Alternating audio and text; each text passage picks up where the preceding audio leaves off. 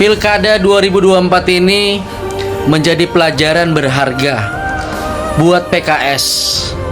Di Depok, kekuasaan yang dibangun selama ini akhirnya tumbang. Jawa Barat tumbang. DKI nyungsep. A few moments later. Mengalahkan PKS di Depok adalah sesuatu yang mustahil.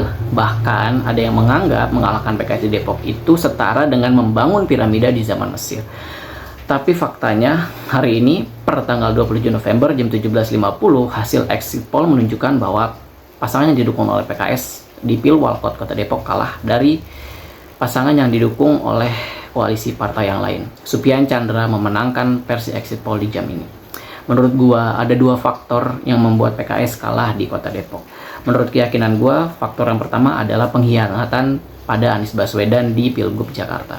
Dan yang kedua yang paling penting menurut keyakinan gua adalah karena PKS terlalu eksklusif dan terlalu membela kelompok tertentu. Itu yang gua tangkap dari pendapat masyarakat di sosial media terhadap PKS Kota Depok. Jadi, PKS ini punya pilihan, berubah atau tenggelam seperti P3 di tahun ini. Kalian mau terus eksklusif atau di basis-basis PKS ini ada fenomena apa bang? Kok kayaknya suara PKS rontok, terutama Depok biasanya. Dua pilkada paling bikin kaget nih ya, ada Banten sama Depok. Banten itu survei hamin seminggunya, Airin masih 70%. Bisa kalah. Kayaknya itu rekor dah, baru pertama kali bisa begitu. Tapi Depok juga gak kalah gila. 20 tahun Depok dipegang PKS, baru sekarang tumbang. Gue gak suka PKS, tapi kalau nonton debatnya ya, harus gue akui Imam Budi itu masih lebih baik dibanding Sufyan Suri. Gile, tumbang juga PKS. Kaget sekaget-kagetnya gue. Bener-bener pukulan telak sih ini buat PKS. Udah, yang bener-bener aja, balik aja ke Anies. Halo, assalamualaikum warahmatullahi wabarakatuh. Jumpa lagi bersama saya Hanan Azrikra. Ya sobat semua, tentu pilkada kali ini begitu mengejutkan, terutama buat partai PKS, Partai Keadilan Sejahtera. Bagaimana tidak mengejutkan?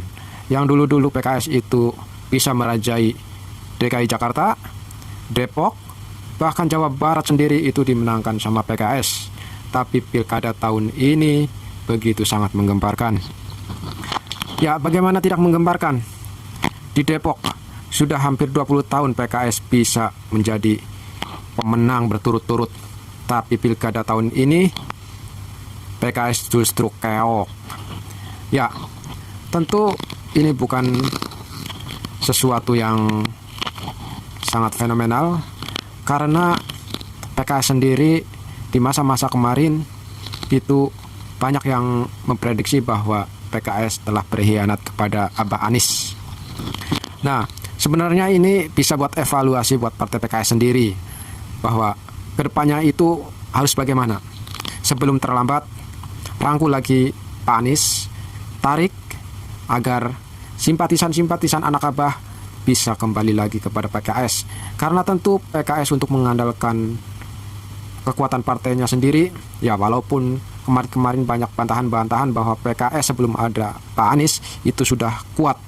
Tapi kenyataannya hari ini tanpa Pak Anies, simpatisan-simpatisan Pak Anies mencabut dukungannya, bahkan bisa lari ke partai lain, partai yang Pak Anies ikuti begitu.